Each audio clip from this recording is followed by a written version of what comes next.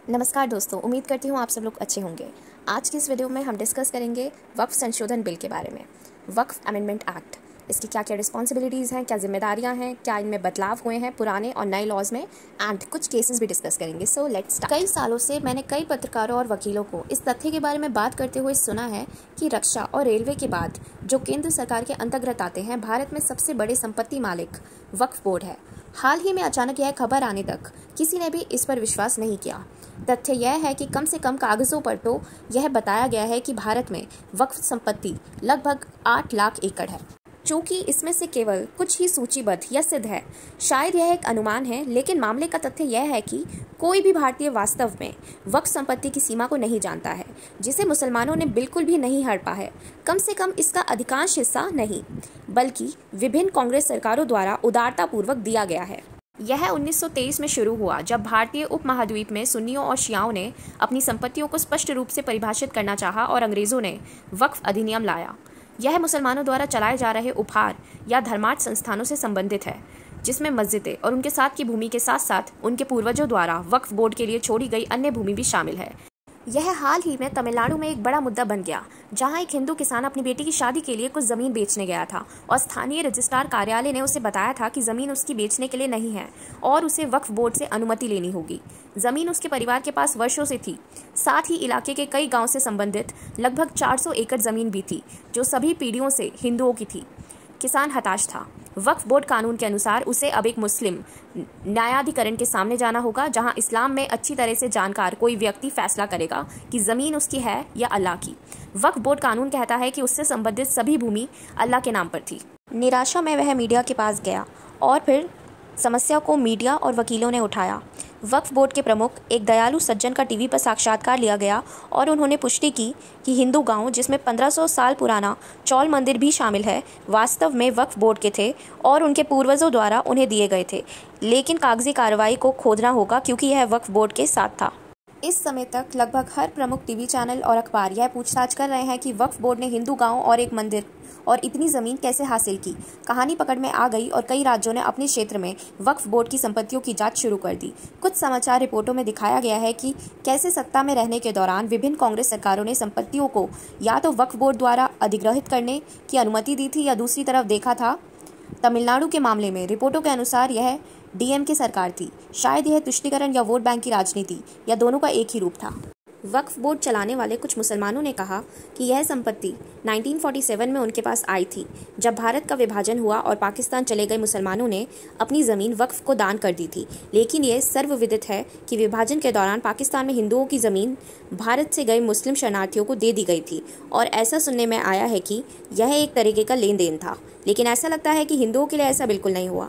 दरअसल शत्रु भूमि अधिनियम एनिमी एक्ट के तहत सभी हिंदू शरणार्थियों को जमीन नहीं दी गई और 1984 में राजीव गांधी ने हरियाणा और पंजाब के कुछ हिस्सों में जमीनें वक्फ बोर्ड को दे दी। कुछ शरणार्थियों को वक्फ बोर्ड की जमीन किराए पर दी गई थी, लेकिन जैसे जैसे साल बीतते गए किराया बढ़ता गया और अब ऐसा लगता है कि वह भी जमीन की मांग कर रहे हैं, जैसा कि उन्हें मिलना चाहिए था।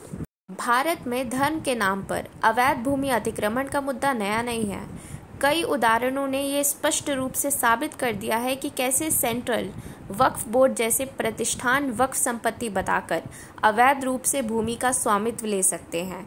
इसी बोर्ड पर बार बार धोखाधड़ी से भूमि और सार्वजनिक स्थान प्राप्त करने का आरोप लगाया गया है और उनके कार्यों की प्रासंगिकता सही मायने में संदिग्ध बनी हुई है।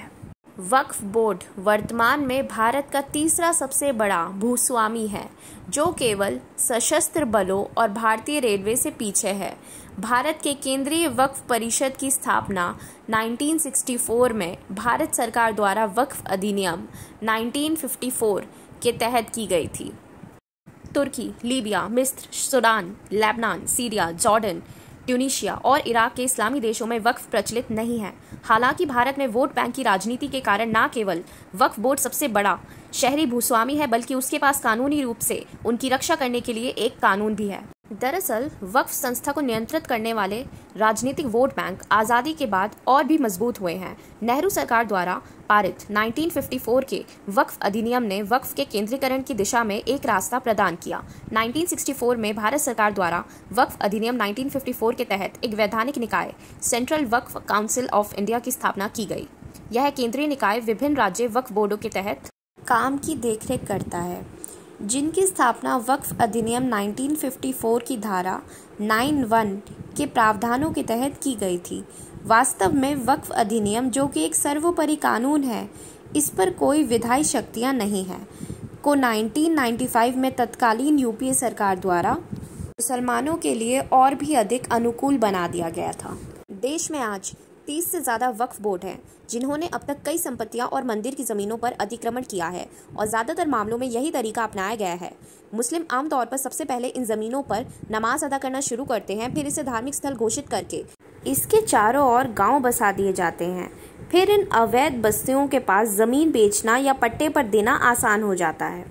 देश में इस समय 50,000 वक्फ संपत्तियां हैं, जिनका क्षेत्रफल 6 लाख एकड़ है। इन संपत्तियों से अब तक 150 करोड़ रुपए का राजस्व प्राप्त हुआ है, और इसे बढ़ाने के लिए लगातार प्रयास किया जा रहा है। वक्फ संशोधन अधिनियम। पुराने और नए कानूनों में क्या मुख्य अंतर है? वक्फ अधिनियम 1995, जो वक्फ संपत्तियों को विनियमित करने के लिए अधिनियमित किया गया था, लंबे समय से कुप्रबंधन, भ्रष्टाचार और अतिक्रमण जैसे मुद्दों के लिए आलोचना की जाती रही है। वक्फ संशोधन विधेयक 2024 का उद्देश्य इन चुनौतियों का समाधान करना है। पुराने कानून के तहत वक्फ अधिनियम 1995 की धारा 40 वक्फ बोर्ड को किसी भी संपत्ति पर दावा करने का अधिकार देती है, और उस भूमि के दावेदार केवल न्यायाधिकरण में अपील कर सकते हैं, ट्रिब्यूनल में अपील कर सकते हैं।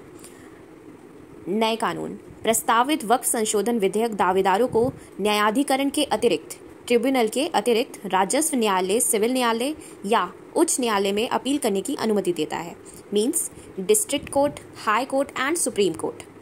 पुराने कानून के तहत वक्फ न्यायाधिकरण का निर्णय अंतिम माना जाता है, और इसे किसी अन्य न्यायालय में चुनौती नहीं दी जा सकती। नए कानून में संशोधन वक्फ न्यायाधिकरण के निर्णय के खिलाफ उच्च न्यायालय में अपील की अनुमति देता है। पुराने कानून के तहत if any land has a mosque on it और is used for Islamic religious purposes, it will automatically considered waqf property. अगर किसी ज़मीन के ऊपर मस्जिद है या उसमें किसी तरीके का इस्लामिक रिलीजियस प्रोसेस किया जा रहा है, तो वो ऑटोमेटिकली वक्फ की संपत्ति मान ली जाती थी। पर नई कानूनों के तहत जब तक कोई प्रॉपर्टी को वक्फ को डोनेट नहीं किया जाता, तब तक उसे वक्फ की प्रॉपर्टी नहीं माना जाएगा। पुराने कानून के तहत women and people of other religions are not allowed to become members of the Waqf board. महिलाओं और दूसरे धर्मों के लोगों को वक्फ बोर्ड का मेंबर बनने की, सदस्य बनने की इजाज़त नहीं थी। The new amendment provides for the inclusion of 2 women and 2 members from the other religions in the Waqf board. नए कानून के तहत दूसरे रिलीजन के, दूसरे धर्म के 2 लोगों को और 2 महिलाओं को वक्फ बोर्ड का मेंबर होने की, सदस्य होने की अनुमति है। वक्फ संशोधन विधेयक 2024 का उद्देश्य वक्फ अधिनियम 1995 में संशोधन करना है, ताकि वक्फ संपत्तियों के विनिमय और प्रबंधन में मुद्दों और चुनौतियों का समाधान किया जा सके। संशोधन विधेयक का उद्देश्य भारत में वक्फ संपत्तियों के प्रशासन और प्रबंधन में सुधार करना है। इसका उद्देश्य पिछले अधिनियम की कमियों को दूर करना और अधिनियम का नाम बदलना, वक्फ की परिभाषाओं को अद्यतन करना, पंजीकरण प्रक्रिया में सुधार करना और वक्फ रिकॉर्ड के प्रबंधन में प्रौद्योगिकी की भूमिका को बढ़ाना जैसे बदलाव करके वक्फ बोर्डों की दक्षता को बढ़ाना है। मुस्लिम वक्फ विधेयक 2024 का प्राथमिक उद्देश्य मुसलमान वक्फ अधिनियम 1923 को निरस्त करना है, जो एक औपनिवेशिक युग का कानून है, जो आधुनिक भारत में वक्फ संपत्तियों के प्रबंधन के लिए पुराना और अपर्याप्त हो गया है। निरसन का उद्देश्य वक्फ अधिनियम 1995 के तहत वक्फ संपत्तियों के प्रशासन और प्रबंधन में एक रूपता, पारदर्शिता और जवाबदेही सुनिश्चित करना है। इस प्रकार इस अनावश्यक कानून के निरंतर अस्तित्व के कारण होने वाली असंगतियों और अस्पष्टताओं को दूर करना है। यह उल्लेख करना उचित है कि 1954 के अधिनियम में 1964, 1969 और 1984 में संशोधन किया गया था। वक्फ संपत्तियों के अवैध हस्तांतरण को रोकने और अतिक्रमण हटाने के लिए प्रक्रियाओं को सुव्यवस्थित करने के लिए अंतिम संशोधन 2023 में किया गया था।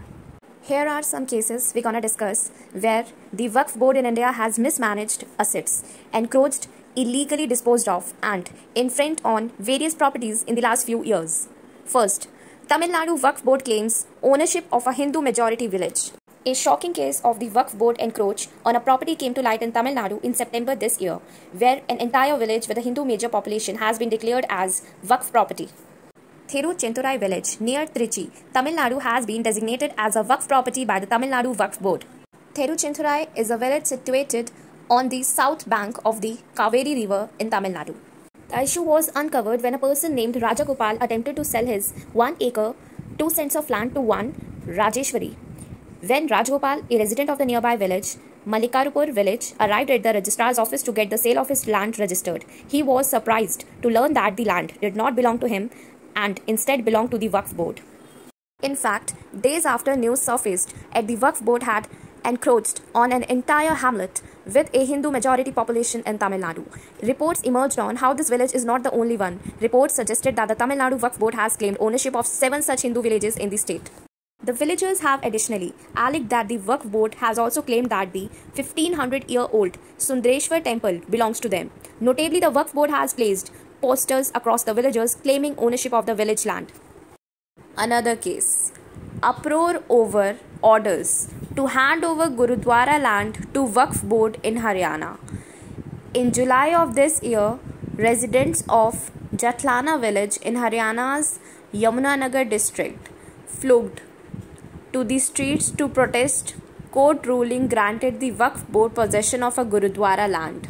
Actually, there has been a long conflict going on concerning Gurudwara's 14 Male land in Haryana's Jatlana village. The Waqf board had petitioned the court in this regard and the court, in turn, assigned this land to the Waqf board. The court directed the Gurudwara committee to vacate the land and hand it over to the Waqf board.